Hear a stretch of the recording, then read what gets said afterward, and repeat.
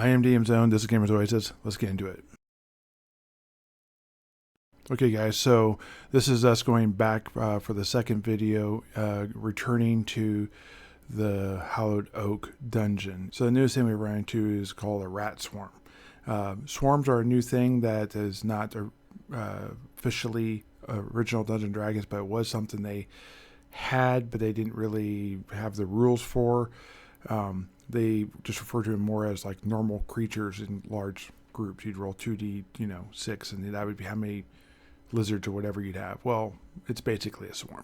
So I came up with my own rules. Tell me what you guys think down below. Tell me if you think it's too overpowered or how terrifying it really is. Being overpowered, I think, in original Dungeons & Dragons is not really a thing, but being terrifying could be. So I think it hits the right mark, but let me know what you guys think. Now the question is, they have the ability to create space. There's going to be fire between them and the inhabitants of the nest. Do they wish to try and stomp it out, put it out in some way, or do they want to just back up and let it go? Are they going to let it go? Yes. All right, so they're like, well, there's nothing in there for me to risk my life over because that's ridiculous.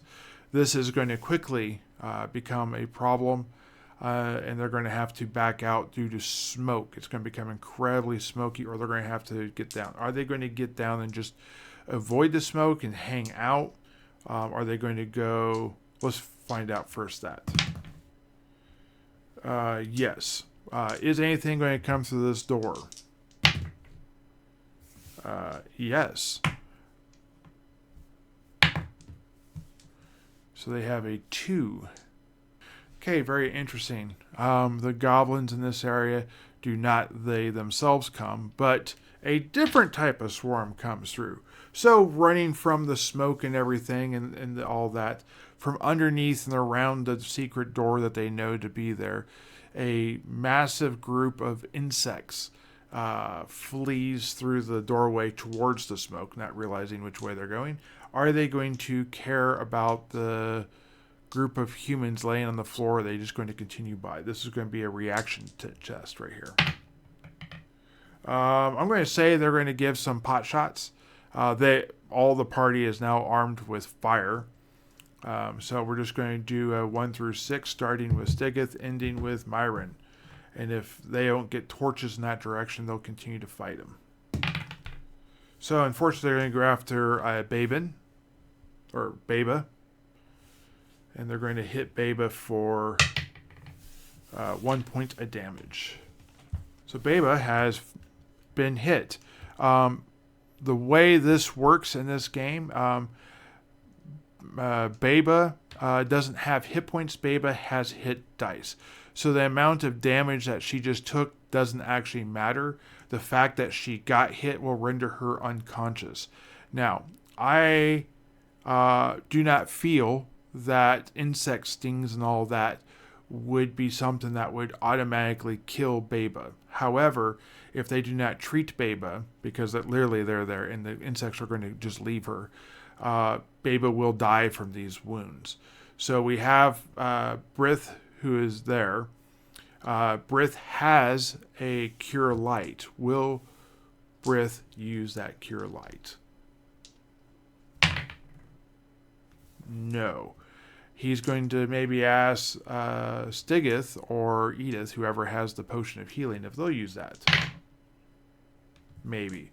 Or are they going to try and just take her out and go rest? Because this dungeon is kind of foobarred at this point in time. That's what they're going to do. They're going to back out. They're going to back out and they're going to let this kind of simmer down, and they're just going to go get some normal first aid at a campfire, and that will be enough to help her get through this. So they're going to back out of the dungeon and come back, knowing that they may lose some sort of treasure, but it's just not worth everyone's life. And there may not be anything that goes over there because of all the smoke and everything, and whatever those red-eyed creatures were. And they need to figure out their strategy against swarms, since they seem to run into 2 of them in such rapid order, and though they haven't run into them prior, which is ironic. Alright, so they're going to go ahead and rest up. Now, I'm not going to take away this damage, and I'm going to say that she now has a heroic scar on her because of this. I'm going to roll to see where it is. In the 11. So in the left arm, she has bite marks and stinger marks from the insects going over her. Okay, guys, before I get completely out of this dungeon, I forgot there's a couple things we need to do. We need to go ahead and see if there's any encounter checks as we leave. So I think the logical places for encounter checks would be room number 2, that 20-foot by 30-foot room with the secret door that goes towards the goblinary. I'm just going to roll a blue dice to see if there's anything there.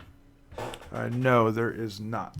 And then the other logical place would be the actual exit door, as things wait inside that room to avoid the smoke, but don't want to go out into the daylight. And yes, there is some sort of encounter. Will this be the insects potentially? Or the bats potentially? No, this is going to be some other new thing. Is this going to be from the goblins? Maybe. Is this going to be from the new area we're in? I'll just call it the new area. Yes. Interesting. We're going to go ahead and roll a d6. Now this could be bats.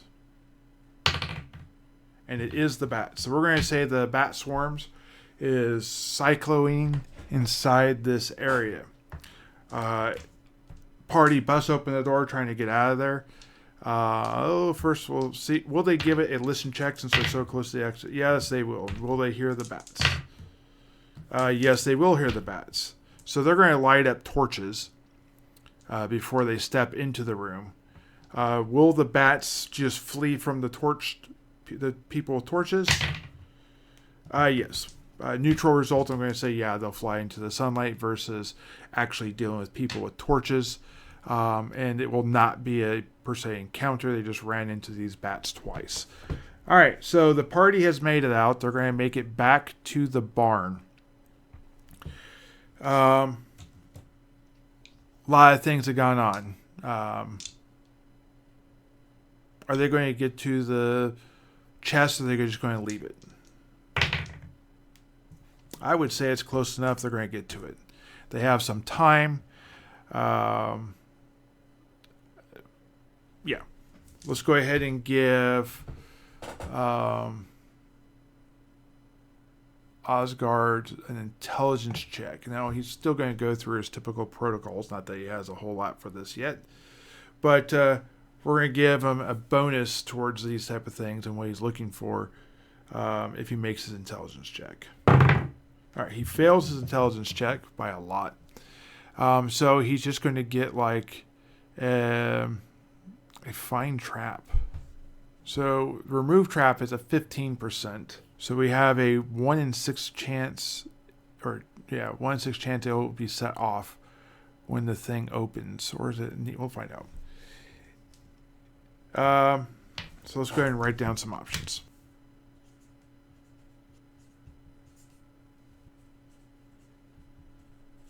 So most likely it's going to be this. And the acid one's a little bit more devious.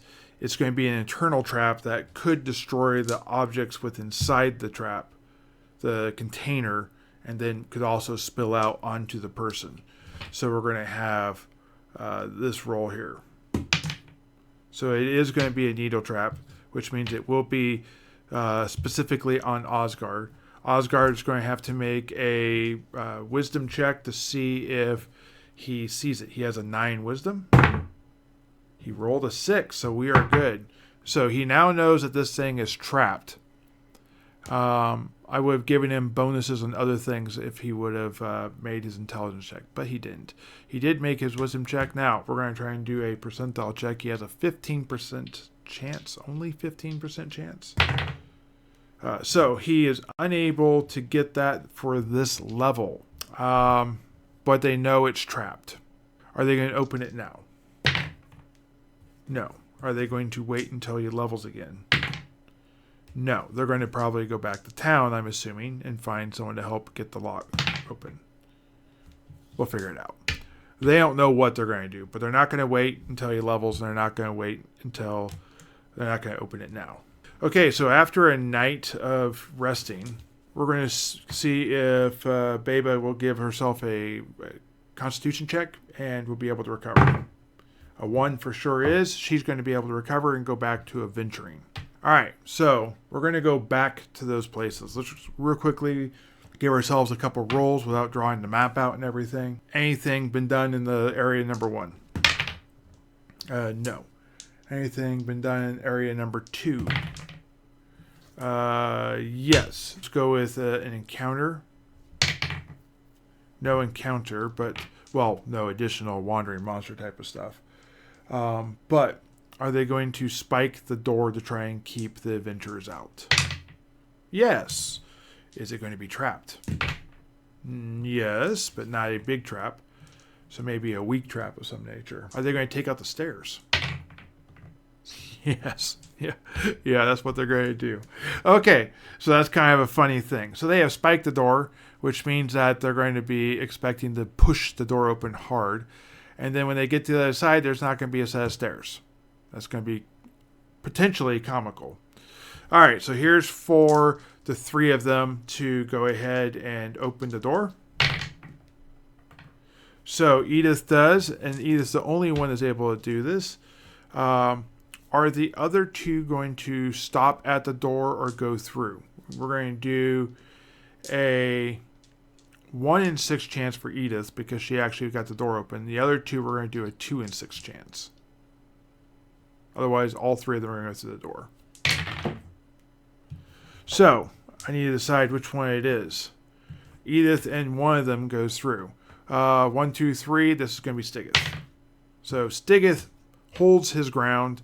Osgard and Edith go tumbling through the door. I'm going to give them a dexterity check real quick. This is for Osgard, who has a 15 dex. He is good. Edith has an 8 dexterity. And she is good. So the trap doesn't get either one of them. What basically happens is they tumble out, they go to step down, there's nothing there, and they both kind of stabilize themselves with each other and bouncing around on the ground as they drop 3 feet to the ground and don't tumble and hurt themselves. There were some debris and rocks put down there that they would have fell on if they would have fallen, which potentially could have hurt in a goblin's mind. It's over the height of their head. So yeah, you can understand how this is good goblin logic. We're going to get back to where they were. This area is called 8B, just in case everyone ever wants to follow along. There was debris all the way up to here. This has created an ash and debris field all the way down here. I'm just going to kind of draw this out with this red marker. We're going to roll to see the type of things that were in there because that's not known by me yet. So the pile of debris is 40 feet long. And 8. So it actually goes all the way out to here. And this room actually continues way farther than that. And what I wrote here is, with a great amount of time, this place can be searched for a D4 times 100 gold that would be scattered on the ground. This is a 3. So, I'm going to put this over here.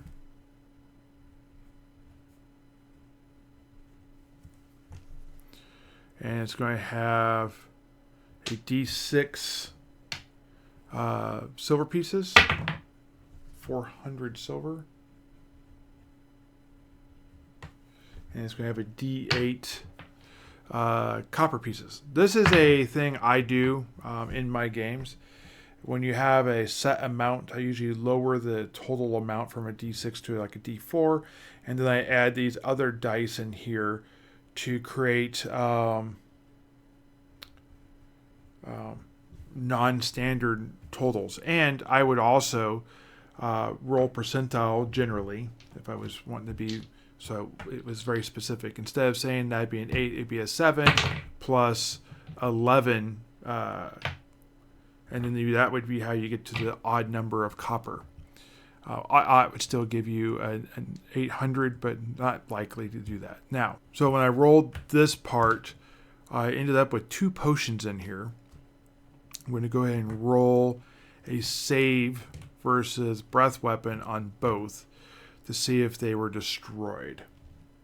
This is for the first potion, a red one, and it is good. And then we're going to have a shiny silver one. Different than anything the party has seen so far. And it is good. It needed we're talking a 15. That's pretty incredible. I was giving them a fighter save. So both those potions are saved. So we're going to have potions. All right, so we have a silver one and a red one. The red one, they pick up and when they see it lay on the ground, knock the dust off it, knock the ash off it. And they kind of compare it next to the other one. It looks like it's another potion of healing. The other one, they don't know what that is. It's very different than anything they've seen. So, this hallway is 10 feet wide, is an oddly 6 foot tall. The stones themselves are now of a burnt granite color look from all the fire that was in this area. They don't see many dead things in here. They do find a lot of bones where things have been eaten over here. And this hallway goes for 1, 2. So it goes for like 80 feet down. And I'm going to go ahead and draw the room it enters into.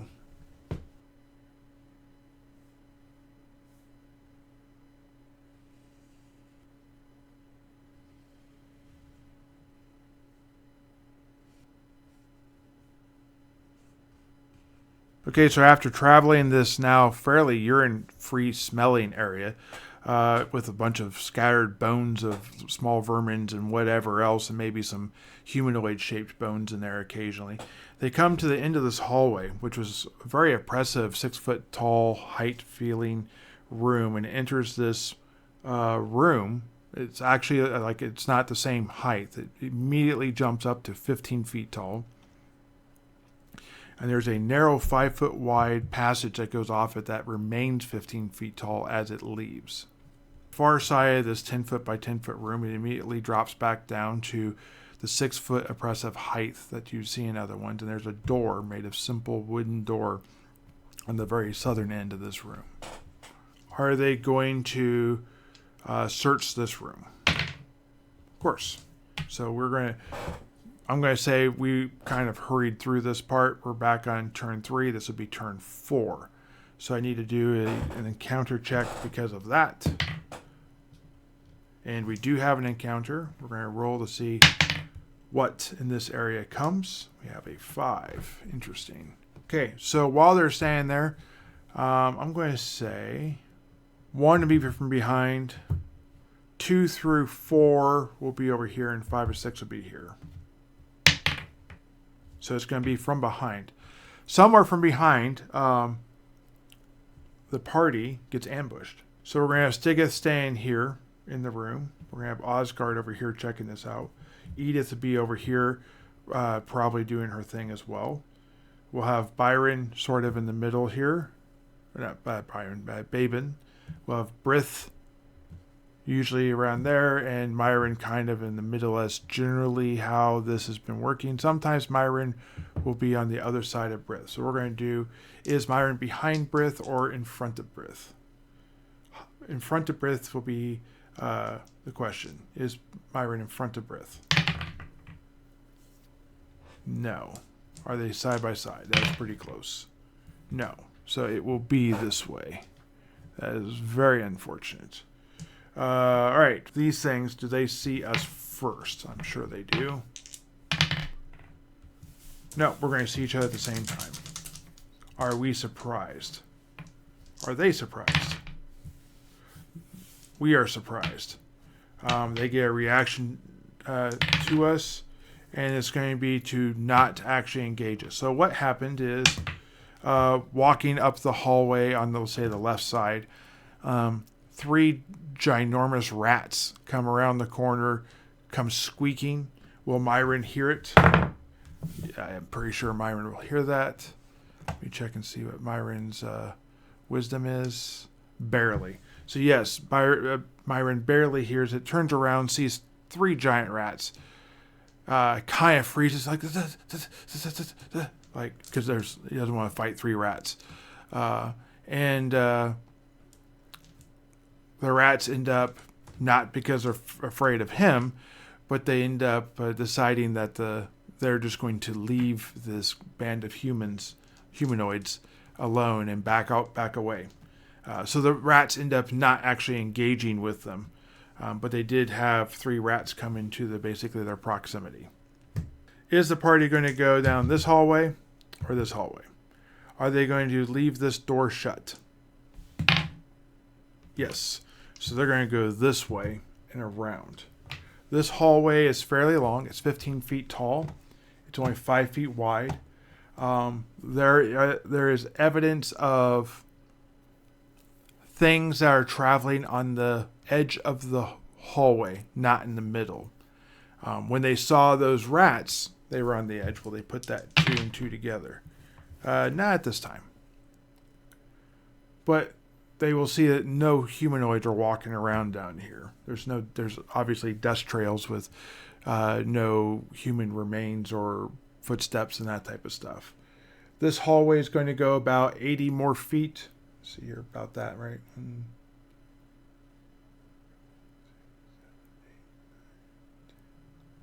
Going to go about 100 feet or so, maybe 120, 130 feet. And then it's going to level out. So I'm going to go ahead and draw that. Yeah, if he had not failed his surprise, he could have cast a spell. He could have given proper warning. But the fact that he didn't, I just gave him a stutter, essentially.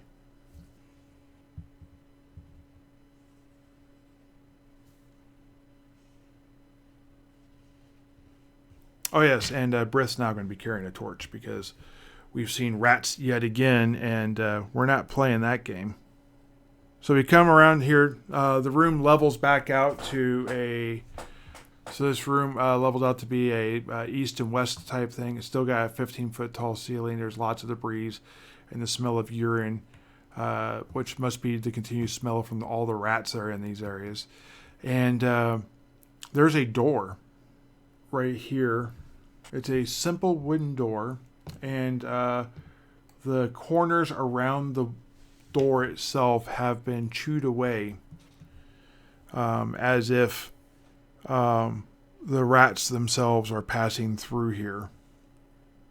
I'm going to draw this out the rest of it because the torchlight would hit it. They can tell that the hallway then turns south and goes down. There's a simple wooden door right here. Are they going to go through the simple door, or are they going to stay in the hallway? Simple door. No, so they're going to stay in the hallway for right now. Are they going to spike it shut? Yes.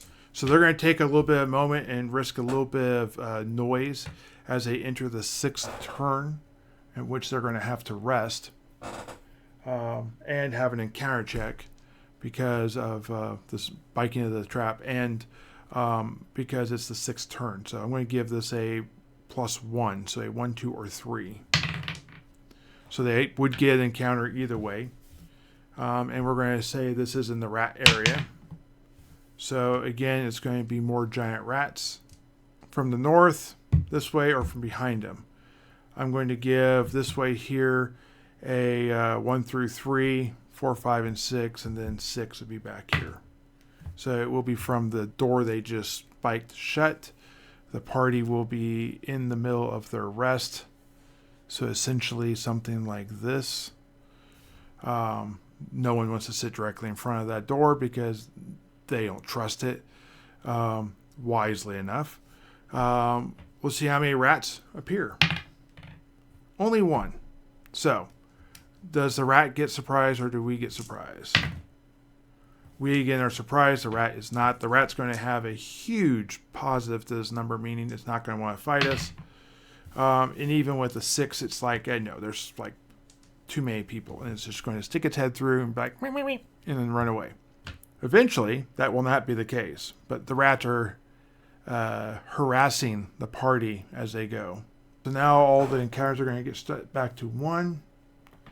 Torches are going to be relit. And the party is going to continue. Party comes around to this corner here. Edith will give the light. Technically this is the edge of their light, then it gets dim again. But in the dim light they can see there is a doorway on the east side, which obviously can't go too far because they just came over from this way. These 3 here are going to listen at the door. They're not going to hear anything, or are they? Is there anything down this hallway? Nothing there. I don't need to roll that unless they actually open the door. Are they going to go through this door, or are they going to continue south? What does continuing south look like?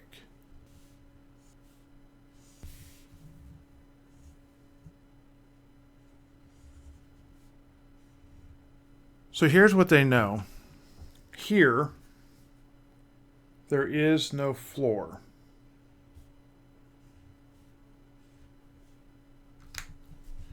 They can see that the floor dips down there or something, and that it continues around this, and it comes to another corner of a hallway. Again, this is heading back the direction they kind of came from, sort of circling in this area. So the question is, they want to go here, or they want to go check out what's going on with that floor. Are they going to go through this doorway? Yes, they are going to go through that doorway. Ironically enough, when I rolled that a second ago for unguarded treasure, there was unguarded treasure. We're going to do that same thing again.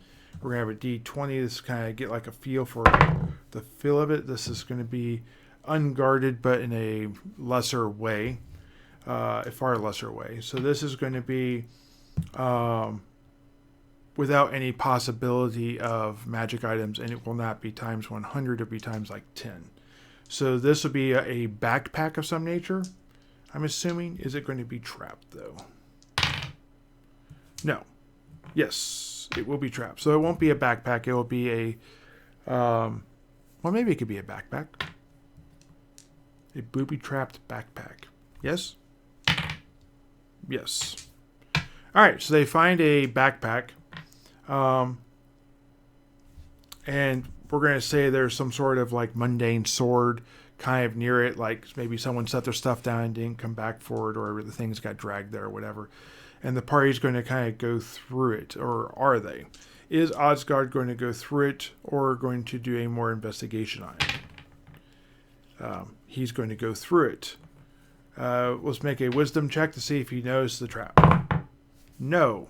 We're going to make a save. Well, first of all, what type of trap is it? Do the same thing as it was before. 1 through 3 is needle. 4, 5 is gas. And 6 will be acid. Acid or fire.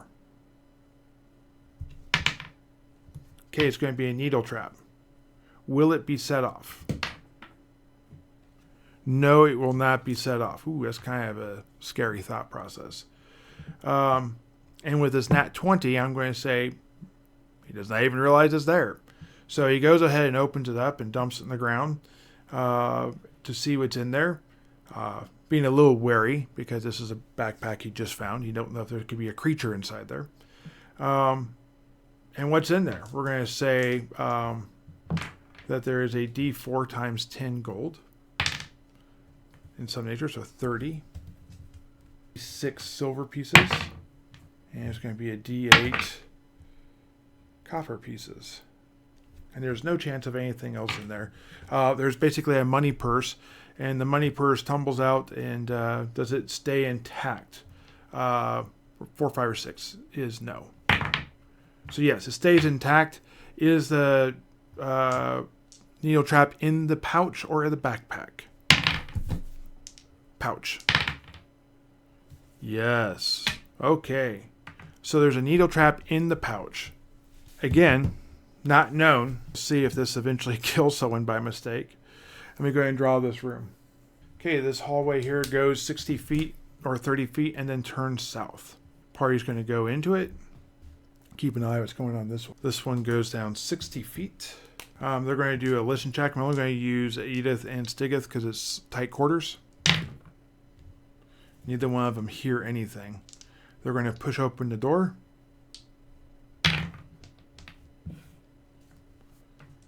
And Stiggith is able to push open the door. Let me go ahead and describe this room real quick. So, to call this thing a door is a little bit of an overstatement. Most of this door has been chewed away and this type of stuff, making it very frail. As you push open the door, you realize that this room is 30 feet wide, east to west, with a 15-foot depth across it. So north-south is 15 feet. The room is actually 20 feet tall. There are the remains of other doors on the east and the west side. You assume that maybe this hallway over here connects to the room on the west side. These doors have certainly been gnawed upon by the abnormal amount of rat population you've found so far. In the room, though, chained to the wall, with about 25 feet of chain that's attached to the ceiling and the wall, making it so you can step away from the wall 5, maybe 10 feet. There is an extremely weathered man. His hair is so long and matted that you can't tell really how old he is. He just looks dirty. He holds his head down at an odd angle and drags literally his hair beneath him as it's laying on the ground. He is a very lean figure, and his hands and feet are cracked from the lack of care, and his skin is extremely pale from no sunlight for an extremely long period of time. Outside the dirt and the grime that is caked onto him, it's easy to see he has not seen the sun in years. Seeing you, he's startled. He backs away and takes a defensive position, like he has been beaten or has had many encounters being chained to these walls. He kind of seems to be inspecting you. He moves around against the wall to try and create more space. But when he does, you notice between his movements between 3 and 4 legs, he never properly stands up, that his eyes are very black, onyx black, probably from the lack of sunlight he has here and not being able to see things. Any white barely remains in his eyes. He seems to be a person who was in prison for whatever reason and either was forgotten or was left here. So the question is, what does the party do? Okay, guys, thanks for watching this video. I hope you guys liked it. Crazy at the end. Yeah. So, a little bit of a cliffhanger here. We have a henchman that almost died. We have some sort of dude that might have spent a little too long in here, might be a little crazy. Let me know what you guys think I should do. What questions should I ask before moving forward? Let me know in the comments down below what you guys think I should do. Thank you and have a great day. I'll see you guys in the next video. Bye.